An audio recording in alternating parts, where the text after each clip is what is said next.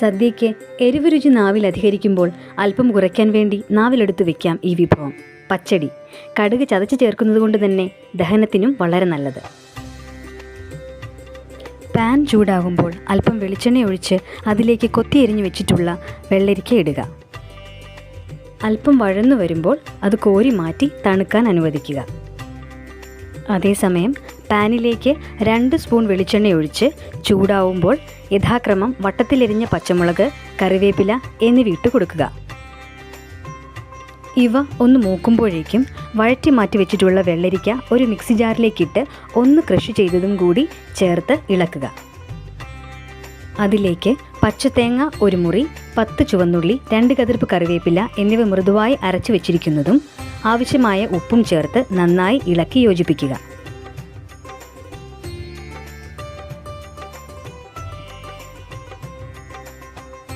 നടു വകഞ്ഞു മാറ്റി ചതച്ച് വെച്ചിരിക്കുന്ന 2 ടീസ്പൂൺ പച്ചമുളകും ഒപ്പം തന്നെ അധികം പുളിയില്ലാത്ത കട്ടത്തൈര് ഉടച്ചതും ചേർക്കുക.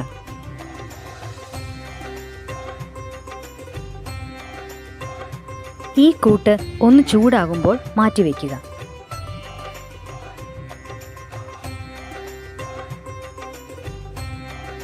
മറ്റൊരു പാൻ സ്റ്റൗവിൽ വെച്ച് 3 ടേബിൾ സ്പൂൺ വെളിച്ചെണ്ണ ഒഴിച്ച് 1 ടീസ്പൂൺ കടുകിട്ട് പൊട്ടുമ്പോൾ യഥാക്രമം 3 ഉണക്കമുളക് മുറിച്ചത്, കറിവേപ്പില എന്നിവ കൂടി ഇട്ട് മൂക്കുമ്പോൾ പച്ചടിയിലേക്ക് ഒഴിച്ചു കൊടുത്ത് മൃദുവായി ഇളക്കുക.